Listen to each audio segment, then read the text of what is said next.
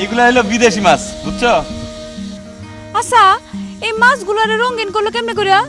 এটা কোনো ব্যাপার হইলো? এটা তো খুবই সহজ কাম। কেমনে? আশ্চর্য, এটা তো সোজা কথা। এক বালতি পানির মধ্যে রং গোলাইছে, কোনটার মধ্যে লাল রং, কোনটার মধ্যে নীল রং, কোনটার মধ্যে হলুদ রং। তারপরে জেতা মাছ ধইরা সুবাইছে আর উঠাইছে, সুবাইছে আর উঠাইছে, সুবাইছে আর উঠাইছে, ব্যাস। ও আচ্ছা, তা আমরা পুষ্কুনির মাছ ওরম করন যাইতো না? যাইতো না কেরে? অবশ্যই করা যেত, কিন্তু আমি ভাবতেছি অন্য কথা। এই মাছগুলা খাইতে স্বাদ কিরকম? তুমি কিরম মানুষ? এত সুন্দর সুন্দর মাছ কিরম করে ঘুরে বেড়াতেছ আর তোমার খাইতে ইচ্ছা করতেছে? আরে মাছ কি এর লিগা? মাছ তো খাওয়ানোর লিগা না। বুঝছি বুঝছি, এবার চলো।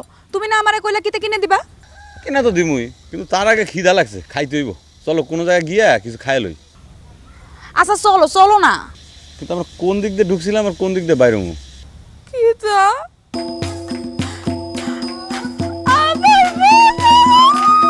আরে আমি মানিক মিয়া, বাংলাদেশের প্রতিনিধি।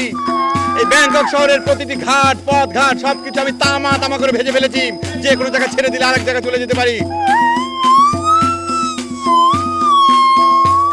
কোনো চিন্তা করো না, চলো যাই, আগাই আমরা সামনের দিকে, চলো আসো।